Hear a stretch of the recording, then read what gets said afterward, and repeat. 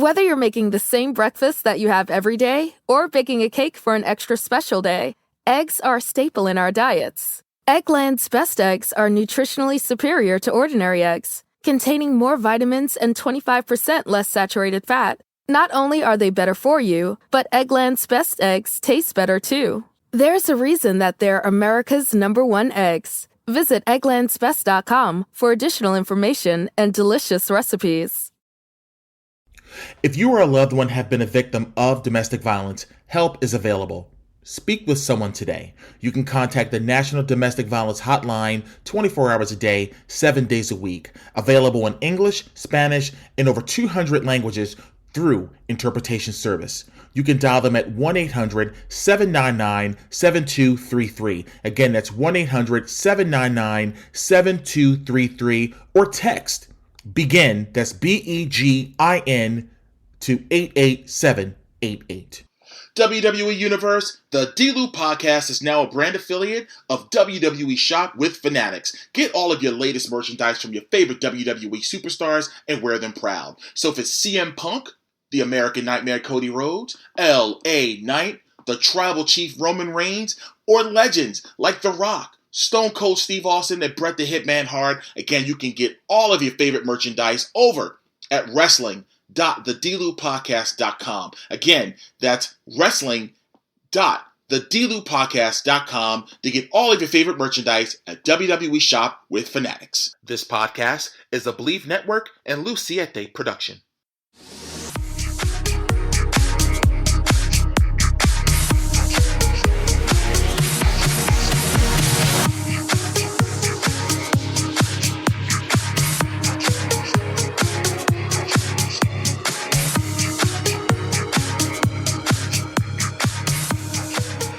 Well, ladies and gentlemen, it is an honor, and I mean truly an honor to have this individual on the D-Lew podcast. He's a former 3-time never openweight tag team champion, a former IWGP tag team champion, and a former IWGP intercontinental champion, the Underboss, the Rogue General, Bad Luck Fale. Welcome to the D-Lew podcast. How are you, man? I'm fine, man, and thank you for having me on. It's like I said, it's an honor for me, and I know we're like thousands of miles away from each other. So just for you to, take the time out of your schedule to come talk to me on my show, I definitely appreciate it. But speaking of which, again, you are located in New Zealand, but let's talk about life growing up in, between New Zealand and Tonga. What was life for you growing up as a kid? Yeah, I moved to New Zealand when I was 6, so I grew up with my grandparents. Okay. Until I was 6, and then moved to New Zealand. That's when I actually got to know my parents, and I was here until I graduated from high school and then left for Japan. So I've been in Japan longer than I have been in any of those other 2 countries. Oh, wow. Okay. And I was going to get into that. So, obviously you being a rugby is huge in New Zealand, obviously. It's like, that's a big sport over there. So you were a rugby player for De La Salle College. Then you got a scholarship to Tokuyama University, and you play for a Japanese team called the Fukuoka Sanix Blue. So talk about what rugby meant to you and how that was a huge part of your life. Yeah, rugby was my way out, so to speak, because I grew up at the let's say the bad area of Auckland, New Zealand, the worst area. So rugby was my way out of the, how do you say, ghetto? The New Zealand ghetto. Mm-hmm. Yeah, I knew it was the only way to get out, so I immersed myself in it, and was lucky enough to get a scholarship to go to Japan. Wow. So what position did you play in rugby? Again, I'm a little familiar with rugby, but not all the way. So what position were you in? Talk about some of the, the way of play in regards to rugby. My position was number 8. To compare that with maybe football, I'd say that's kind of like a linebacker. Okay. Yeah. So powerful, defense, attack type of position. I have to say, because for the rugby games that I did see, like rugby players are probably one of the toughest athletes in the world because you guys don't have any pads on at all. So, I mean, I'm in the United States, and American football, they have the pads and they have the helmets and all that stuff. But the fact that you guys are really hitting out there with no pads on at all it's wild to me. I'm like, wow, these are some tough athletes, man, to withstand that type of punishment. So, how did professional wrestling come into your life? Were you a fan growing up, or did when you were in Japan, was that how everything kind of just fell in line for you? Yeah, just to add on to what you're saying there, rugby is one of the toughest sports, but I do give it up to football as well because there's a reason why you wear those pads. Oh yeah, those yeah, right, right. You can't say rugby is the toughest sport. I give it up to the football players as well because for a rugby player to go in and play the way those guys play, it's very different type of rules, and vice versa. It's hard for both type of players to play on the other game because the rules are different and it's hard in its own way. So I can't 100%. put down rugby as the top toughest game in the world. I'd say football is right there with it. But Sure. Finishing from rugby in Japan, I had no other choice but to go back to New Zealand. But I was lucky to have some people who helped me out and work with my visa to be able to stay in Japan longer and try out for wrestling. So when I retired from rugby, I wanted to stay in Japan, and a friend of mine offered me a chance to go and try out for wrestling and a chance to stay in Japan. So that's how it all started. Now, did you ever pay attention to wrestling, in any time in your life beforehand, or that was your first eye on pro wrestling?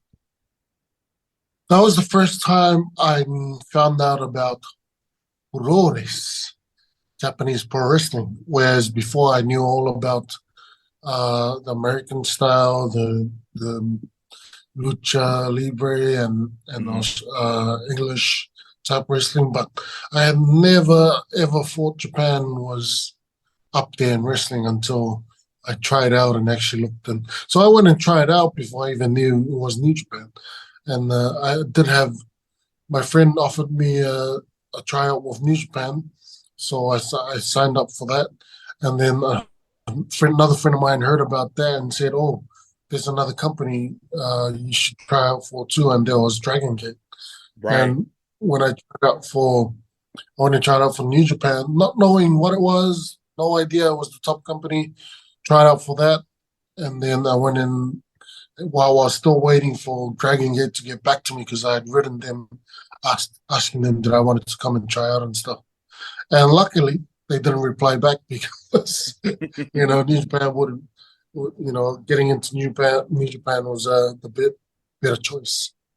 Yeah, you hear so many stories about the New Japan dojo, and obviously you being a young lion. So Nagata, Takahashi, and Jado were your trainers. So let's take a deep dive a little bit as far as what that training was like. Going from, obviously you coming from rugby, going to pro wrestling, but what was that training like for you? Well, here's something that most people don't know is in Japan, your coach is everyone. So at the dojo, most of the wrestlers come into the dojo and train every single day. So, for example, imagine being at the training center, right? Mm-hmm. And John Cena comes in and trains you for one day. Right. Roman Reigns comes in tomorrow and trains you one day. Imagine that. The top wrestlers every single day will come and train you. So you're being taught by the most elite guys in the company, and it's not just once, it's pretty much every day. So over there, I had mostly Jaro, Nagata, Shinsuke, and a few guys here and there, but those guys were the ones who were there often. But every day, somebody would turn up and they'd want to add their knowledge, so which was so So good because I got to learn so fast that your career or your training just goes from 0 to 100 in the space of a few months. Right. Yeah, because I mean, I heard it's really tough, to withstand, to go through that dojo. As a matter of fact, one of our guys at the Monster Factory, he just went out to the LA dojo a few months ago, and he was telling me about how intense that training is. It's one of the toughest dojos in the entire world. And, that Yeah. when you talk about learning respect, respect for the business, you better come in there with it for sure. Now, Yeah. was it difficult transitioning from rugby to pro wrestling, or was it easier transition? Because a lot of times when a lot of football players here in America, they say how it's very, very similar in a sense. It was really easy to transition. So was it an easy transition for you? No, it wasn't. The funny story, when I found out I was going to go try out, I thought, because rugby was really hard, and I thought rugby was tough. I thought the Right. training was crazy in rugby, and I thought, you know what, I'll go to wrestling. That's easier. Uh, it's an easier sport than rugby. So once I got in there, I quickly understood and realized that it was way tougher than any sport I've ever played. Wow. Wow. Wow. So now let's go back to your first. You talk about your first wrestling match that you had once you were done training. Who was your first match, and did you have the jitters, or were you just really confident going in there and getting the job done? Here's another thing that most people don't understand is the training you do with New Japan, they don't teach you how to do pro wrestling. They teach you how to be real fighters. They'll teach you how to box, how to grapple, how to Mm-hmm. wrestle amateur wrestling first. I didn't know how to do a lockup until 2 weeks before debuting. Right, 2 weeks. They told me I was debuting. 2 weeks before, one of my coaches said, "Hey, ask Carl Anderson how to do a lockup." Ask Carl Edison how to And do a yeah. lockup. Wow. And he told me how to do my first lockup, and it's more like they throw you into the lion's den, and you got to survive. If not, this business is not for you. So they'll teach you how to maintain how to be a lion, Mm-hmm. in training. But when you get in the ring, you have to figure it out yourself. And my first match was versus Nakanishi Manabu.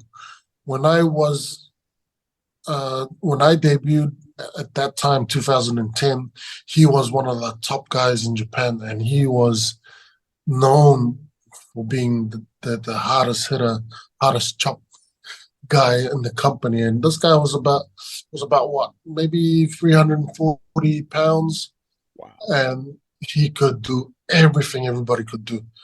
And it wasn't until he hurt himself in 2011, I think. Up until then, he was literally one of the most feared Japanese wrestlers in Japan. And he was my first match. They put me up against this guy, and I had 2 weeks to prepare to wrestle this guy in Korakuen. And to debut in Korakuen, you're one of the elites. They say if you debut at Korakuen, you're one of the elite young lions. If you debut at the Tokyo Dome, you're a freaking superstar. Right. But Right. Right. yeah, but it was very nerve wracking. I'd say I've watched that match maybe twice because it was so embarrassing the way I wrestled, and plus he beat the shit out of me. Yeah, 2 weeks. Yeah, a week after that, I couldn't eat. I had to sip my food through a straw because I didn't break it, but it dislocated my jaw for a whole week before I could actually realign. But that was it, man. It was that first match was a test if I wanted to really be in this business or not. But Right. You hear stories about that a yeah, lot. that's tough. After that match, I walked backstage. I was so nervous, so tired. My legs were wobbling, and everybody didn't like what they saw. which of course I hadn't wrestled in my life. But a lot of the guys backstage just gave me the congratulations, but nobody, I knew, I fucked up. That was a shitty match. And the only person who gave me a positive review was Carl Anderson, because I came to him and I said, "Oh, what did you think?" And he goes, "That white tape on your wrist look good." Backhanded compliment. Oh, wow. And he was so heat, man. I give it to him, man. Thank you, Carl. You had to find something to cheer me up a little bit. For sure. This episode of the D-Lew podcast is brought to you by Goalie Nutrition. As someone who's used Goalie for quite some time, I can tell you that they're not only very good, but they're very beneficial. My favorite are the Super Green Gummies. The Super Green Gummies are uniquely crafted with a spectrum of essential nutrients such as vitamins A, B12, folic acid, and thiamine. It supports a healthy liver function, healthy nervous and immune system, digestive health, a boost to your metabolism, and overall health and well-being. There are no artificial sweeteners, flavors, or colors from artificial sources. They're vegan-friendly, gluten-free, and gelatin-free. All loyal listeners of the D-Lew podcast get a special 10% discount at checkout. Go to goalie.com, use promo code DLEW. That's goalie.com, use promo code DLEW. And speaking of Carl Anderson, I was going to say... Want to teach your kids financial literacy, but not sure where to start? Greenlight can help. With Greenlight, parents can keep an eye on kids' spending and saving, while kids and teens use a card of their own to build money confidence. As a parent, you can send instant money transfers, set up chores, automate allowance, and more. It's a convenient way to run your household, customized to your family's needs, and the easy way to raise financially smart kids. Get started with Greenlight today and get your first month free at greenlight.com/pod. Passion, drive, and patience. The formula for winning championships is also what keeps your ride or die alive. eBay Motors has everything you need to maintain your vehicle and level it up to peak performance. Superchargers, roof racks, exhaust kits, LED headlights, and more. Whether you're into speed, power, or style, eBay Motors has you covered. With over 122 million parts for your number one ride or die, you'll always find exactly what you're looking for. And with eBay Guaranteed Fit, your part is guaranteed to fit your ride every time or your money back. Because with eBay Motors, you're burning rubber, not cash. With all the parts you need at the prices you want, it's easy to make your car the MVP and bring home huge wins. Keep your ride or die alive at ebaymotors.com. Eligible items only. Exclusions apply. See ebaymotors.com. If you're a facilities manager at a warehouse and your HVAC system goes down, it can turn up the heat, literally. But don't sweat it, Grainger has you covered. Grainger offers over 1 million industrial-grade products for all your operations, including warehouse HVAC maintenance. And even better, they offer access to experts and fast delivery, so you and your warehouse can both keep your cool. Call 1-800-GRAINGER, click Grainger.com, or just stop by. Grainger, for the ones who get it done. Whether you're making the same breakfast that you have every day or baking a cake for an extra special day, eggs are a staple in our diets. Eggland's Best Eggs are nutritionally superior to ordinary eggs, containing more vitamins and 25% less saturated fat. Not only are they better for you, but Eggland's Best Eggs taste better too. There's a reason that they're America's #1 eggs. Visit egglandsbest.com for additional information and delicious recipes. Speaking of Carl Anderson, it was later on that year, you took a part of the 2010 J Sports Crown Openweight 6-man tag team tournament with Carl Anderson and Giant Bernard, who we know as Albert, all in your first year of the business. So was that, was it bringing it a little bit easier for you being in that 6-man tag along with the guy that was mentoring you? Yeah, of course. At the time, myself, Finn Balor, and Carl Anderson and Tamatonga. Mm-hmm. So there was only 4 of us: Tamatonga, Carl Anderson, Finn Balor, and John Bernard. We were the only 4 foreigners for years. Were the only ones who were allowed or hired by the company. During that time, they wouldn't bring anybody else because they had no money then. So we came in when the company was at its lowest. But yeah, for about 2 or 3 years, we were the only four every tour in and out. Day in, day out, we were the only four. It was just when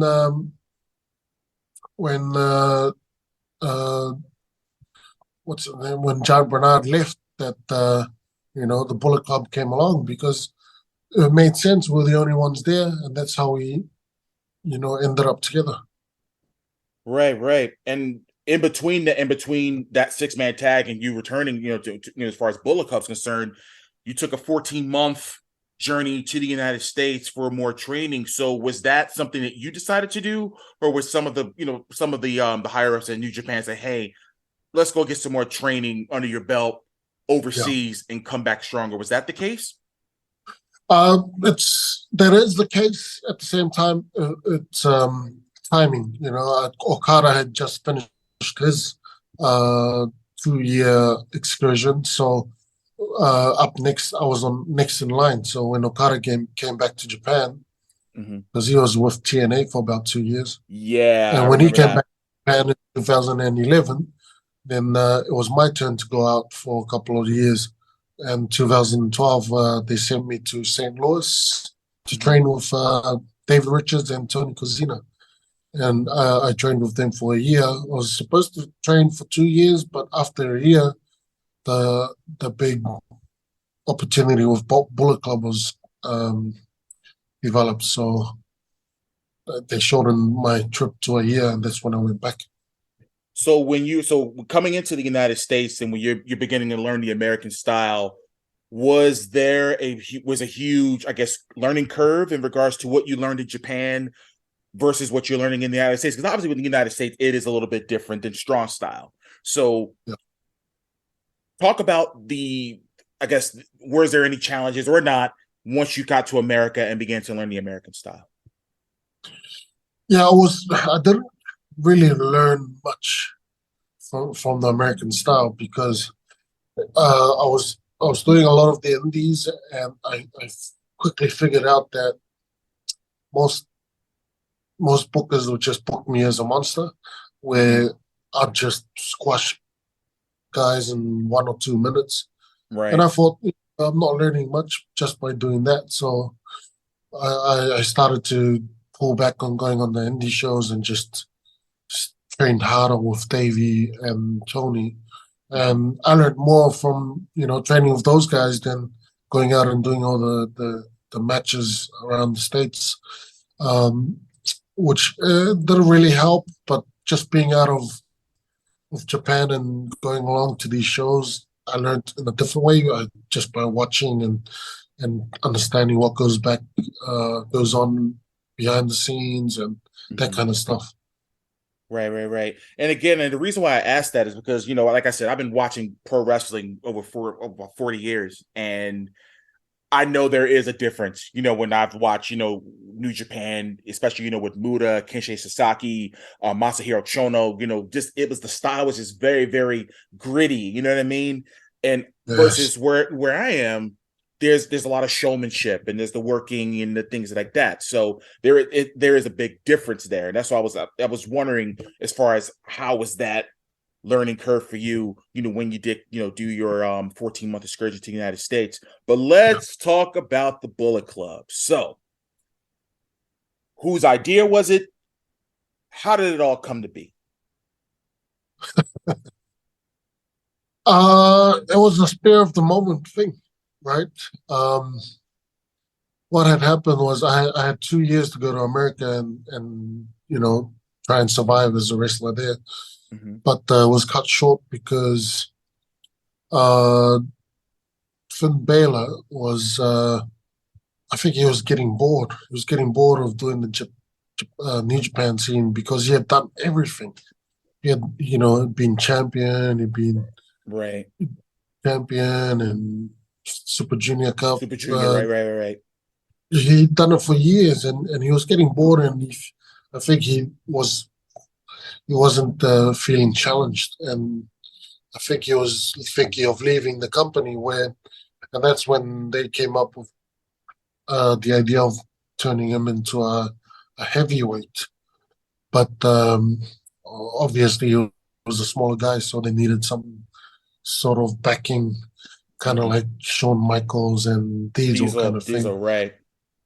Yeah, so they called me and they asked me what I thought, and I said, I wanted to stand extra here and relax, but I thought, there's a great opportunity, get back early, make some money, that's when it started. So when I got back, they put me as his bodyguard, and it was the first when I made my return appearance, and the amount of booing, jeez, the New Japan fans had never really experienced a heel turn like that before. Right. And the amount of hate and anger directed at the office to get me and Finn Balor and get us fired was real, because the president came to us and said, "Hey, man, the fans want to fire you guys," which is, that's how passionate they were. Right, that you're doing your job, right? Yeah. And I think the office saw, man, we can do something about this. If this amount of hate is getting people so ramped up, we got to do something about it. And then, obviously there was only 4 of us at the company at the moment. And that's when they decided, let's put them together. So it was a spur of the moment thing. Wow. And it ultimately, this was basically about a bunch of foreign wrestlers forming a group to take on, the juggernaut that is New Japan Pro Wrestling. It's kind of similar to what the NWO was. And, when you were talking about, fans writing letters or fans, being upset, that sound like when Hogan turned heel in '96 and joined the NWO. When I tell you, there were, and mind you, there was no social media back then. You know what I mean? So it was a huge thing when everyone's picking up the phone. Hey, did you hear Hulk Hogan turned? He's a bad guy, and it's like, and just seeing the turn as it happened, I couldn't believe it. I never would have ever thought that Hogan would have turned heel. And just hearing interviews over the years, if it was Eric Bischoff or whoever it is, and they were saying how they were getting letters. Fans were really writing letters. That just lets you know that it was working. You know what I mean? It was definitely working. They're really passionate about the product. Yeah. That's how it felt. So at that time, though, 2013, did you foresee Bullet Club becoming a global brand? Hell no. Hell no. But we knew something was happening, because when they put us together, it just felt so right. Because we were the only 4 there, for the last couple of years, we thought, we'll just, because we have fun outside of the ring when we're together, let's just go in the ring and do the same thing. Because, of course, we're big fans of NWO and big fans of the Click and all that kind of thing. So we thought, hey, here's our chance to have fun like those guys when they, were at the top. So, yeah, every time we had matches, we'll just go in there, and pretty much that's why the Too Sweet came back, because we're just in there enjoying ourselves, paying tribute to the guys who came before us. And there you go. It just steamrolled from there. Because back then, even then, the internet wasn't so big. Twitter has just only been around a couple of years. Facebook has been around a couple of years. And, we're still trying to figure out how to use social media.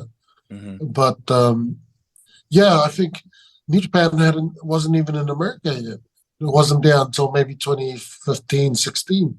So I think because we were having so much fun, and really the people who knew about the New Japan and followed New Japan would get, I don't know, videos maybe, or film, or hear it somehow on the internet.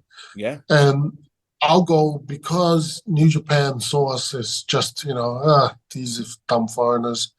We went into every match trying to force the company to recognize who we were and that we were worth something. And one of the ways to do that was trying to get get out into the world? How do we get out to the world? How do we get ourselves known around the world so the company can understand that there's value in us? And one of the main things we decided was wherever we go, when we go out drinking, go out eating, we got to go together. At the same time, whatever merchandise we have to wear. So that's why the shirt became a big thing, right? We started whatever the merch they gave us, we'd wear it together, take photos, and put it out on our respective social media. And that's when it started, just slowly. And then because everybody was hearing about, there's this new thing called the Bullet Club, and then more fans would stop following it. We heard about this, we heard about that, and it just slowly steamrolled. But it wasn't until when what's his name, AJ Styles came along, and he had a bigger Twitter follower, right? And that's when the new Bullet Club shirt came out, just when he was coming in, and then we all started doing the same thing, wearing those shirts. The Bucks came along; they had their own followers. Luke Gallows came along, had his own followers, and it was just the right people at the right time with the right amount of followers, and us doing the same thing, hanging out. Some of these guys don't drink, some of these guys don't like seafood or whatever, but we made sure we all got together. Whatever merchandise we got, let's take a photo. If it's an AJ shirt, let's all take a photo. If it's a Young Bucks shirt, let's all wear it, take a photo. And then we all put it out on our social medias, and that's how it started. That's when it started to steamroll more, because the fans were able to see what's going on throughout Twitter, Facebook, and Instagram. Yeah, I gotta tell you, man. Like, if you ever go to a wrestling show, and it let me know that it was working. When you go to any wrestling show, I don't care if it was on the Indies or WWE, if you could see an NWO shirt, Austin 316, and Bullet Club. Like, those are the constant shirts that you see a lot. You know what I mean? So that just let me know. I'm like, okay, I said, this thing is really, really getting strong globally. I mean, the fact that people in the United States are caring about another promotion outside of the country, that's huge. That's really, really huge. So speaking of which, let's take a deep dive on this one. Let's talk about the Underboss Rogue General character with you and your role in the Bullet Club, and just describe your style. What, in your mind, was your role in the Bullet Club?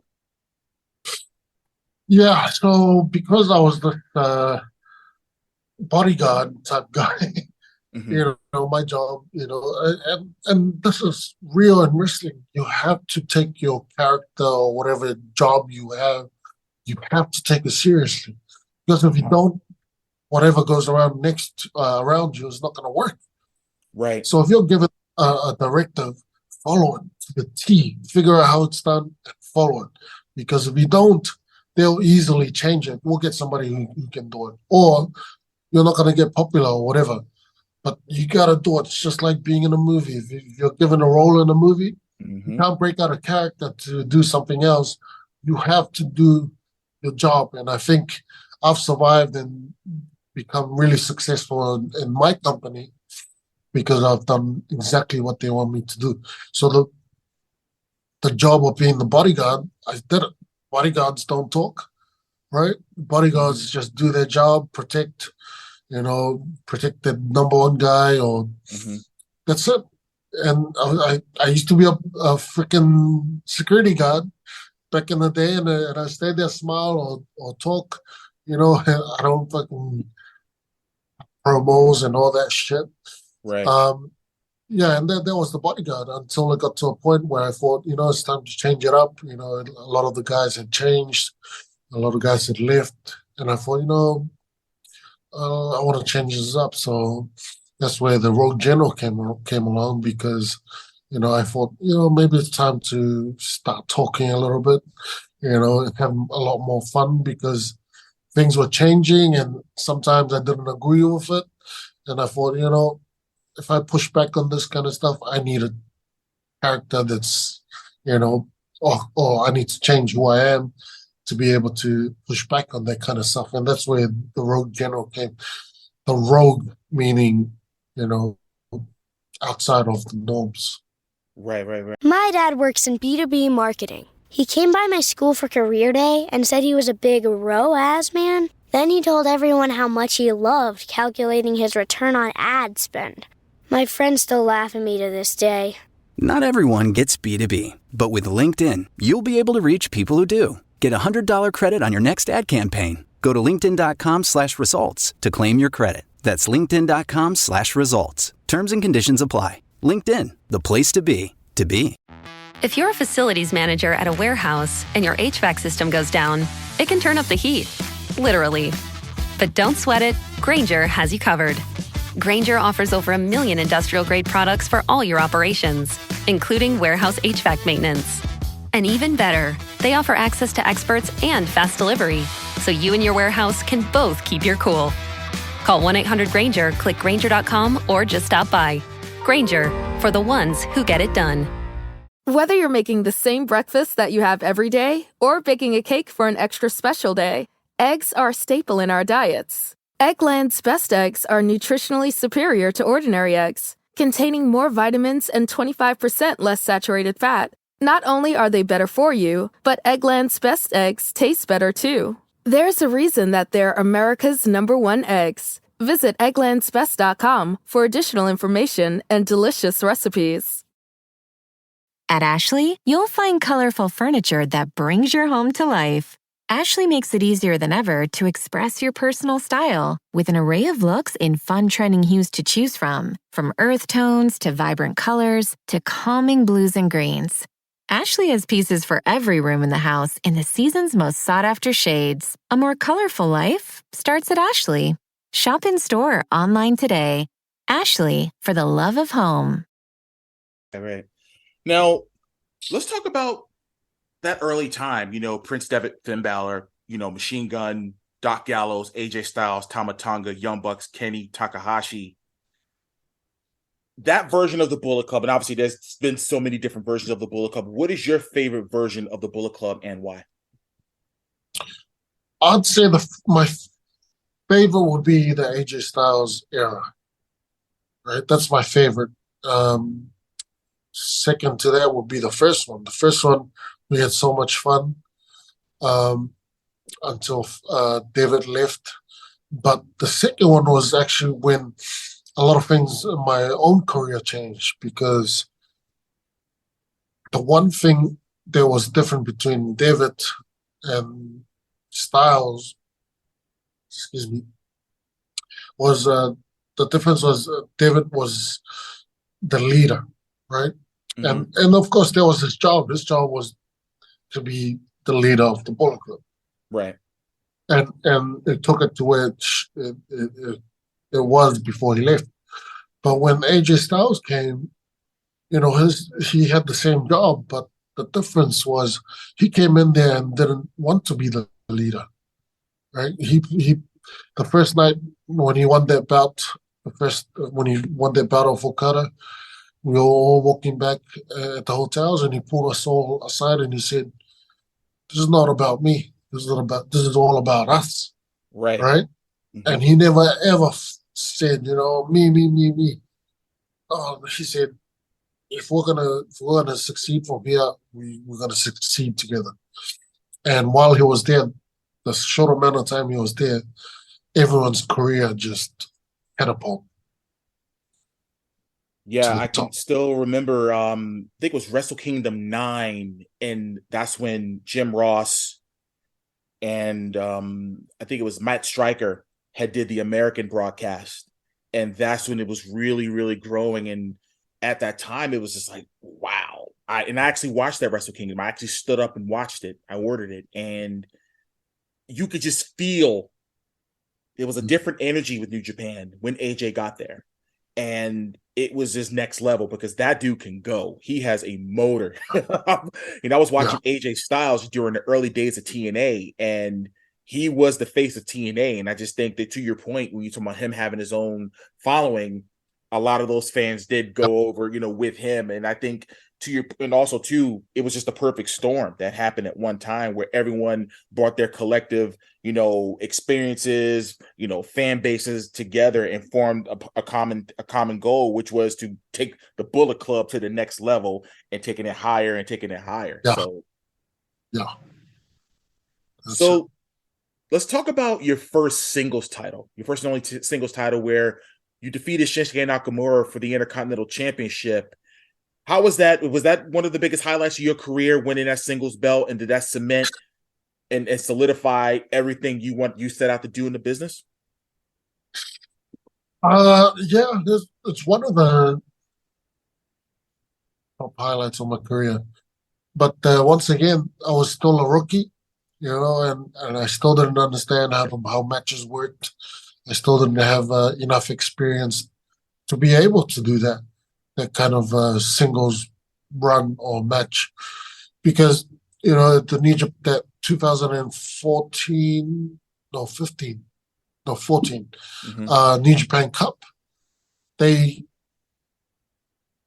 went to the finals with Shinsuke, and I had 2 big matches in one day, and never have I done anything like that. I couldn't even do one proper match, but to have one match and then do a finals on the same day was mind-blowing to me. And I knew my experience wasn't there, but man, Shinsuke, that's the night Shinsuke made me a superstar. Because at the same time he told me a lesson.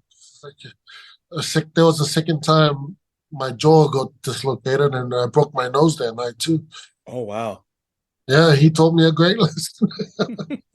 But after that New Japan Cup, man, things changed for me, because people in Japan started saying my name. I'd hang out with the boys and stuff, but they'll say, "Oh, it's David. Oh, it's this. It's Carl Anderson." But I had never heard my name. It wasn't until after the New Japan Cup that I started hearing fans go, "Oh, it's Fale, it's Fale." But then when I had the title match with him and won that belt, man, made me a superstar, and I thank that guy. Because he of course he was one of the top guys at the time. The Intercontinental belt was higher than the IWGP at the time, because at Tokyo Dome, IWGP belt was a semi-main event, and Shinsuke would always have the finals with the Intercontinental. So it was more. What's the word? More.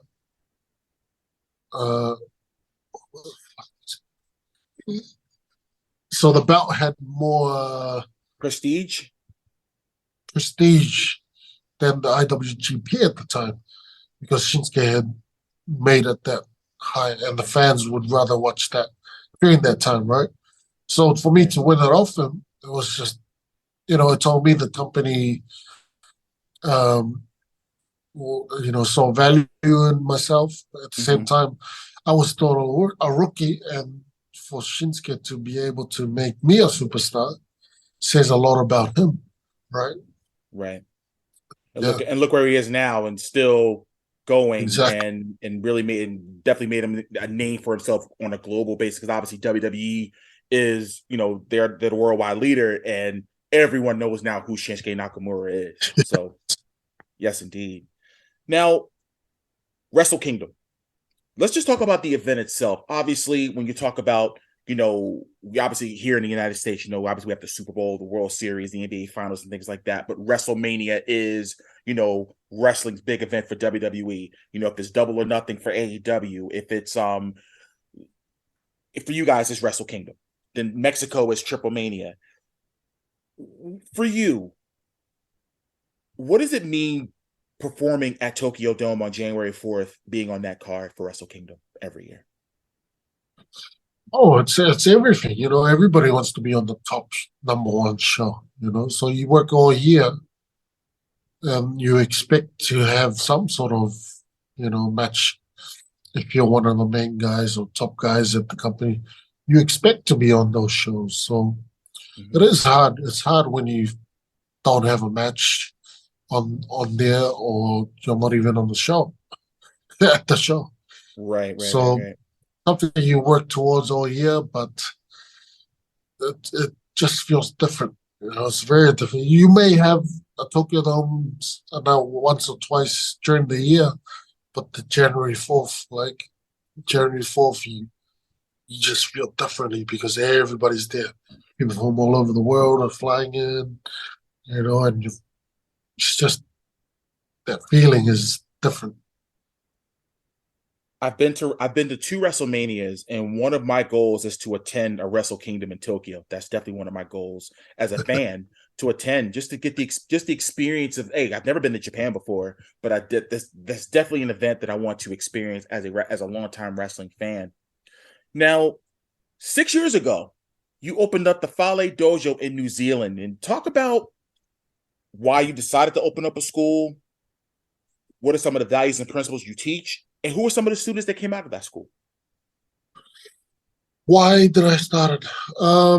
Because I played rugby, and that career ended pretty early. You learn your lesson. So I started thinking about the future, and I started thinking about what if I can, when will I retire, and also, if I get hurt, well, what do I do then? So the idea about the school would be something I can carry on after wrestling. But I also based it out in the. Sorry, I'm getting a blocked nose here. I also based it out in Auckland, New Zealand, because I wanted to give the youth here a chance. Much like I did when I got to go to Japan. So creating pathways and also spreading the New Japan brand out here is one of the main reasons. A couple of guys that's been through here, I'd say Hinare in New Japan. I've got one young lion who's there now, Oscar Lew. But sorry about that noise. We also had Robbie Eagles had come through here. Gino Gambino had come through here. Aaron Solo over at AEW come through. Just to name a few. That's good, man. And it's always good to have it tied to New Japan. You know what I mean? In fact, the things that you learn in there and things you can bring back to your school, and thus creating an opportunity for, like you said, the youth, because of things you've learned, obviously, through rugby and team sports. And I think that's really, really important. Yeah. The 2020 pandemic, and I know they had closed a lot of the borders and everything. So as a wrestler, as obviously, you're running your own business. How did you weather the storm getting through that period? Because I know it affected everybody, but for you specifically, as a professional wrestler, not being able to go to your own promotion, New Japan Pro Wrestling, how difficult was that for you going through the pandemic? Yeah, it was very, like everyone knows, it's hard, especially trying to keep the school open. Because I did have a lot of students from overseas, from all over the world who were here. So when the borders closed, they were stuck here. So, of course, it was hard for me because I couldn't go back to Japan and work, because they were still going, and our guys in America and States were still going. But it was tough because I couldn't wrestle. At the same time, I had my students here, so I made do. We'd just, wrestle each other and train every day. That's how we cope. Good. Because I know, like I said, I'm with Monster Factory, and I know I think from maybe March until like October, it was closed. You know what I mean? And it was, even for me, it was like, because I'm an actor too. There was no auditions. It was probably one of the hardest things that I had to to deal with, as far as how do I navigate through this. We're sitting still. We're not doing anything. It's like, what do we do? And I found stuff to do. You know what I mean? And that in itself is, I think a lot of creatives, especially you yourself, hey, we're going to train every day. You know what I mean? And make the most of this type of situation. Yeah. What's the biggest piece of advice anyone has given you in pro wrestling? There was a lot.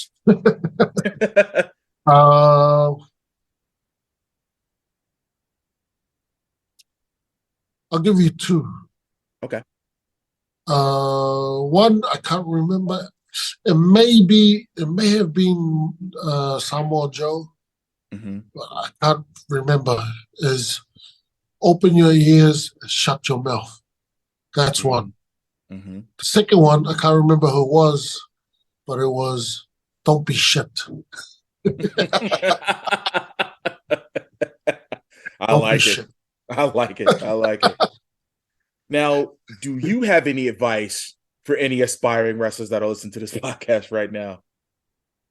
Yes, I do.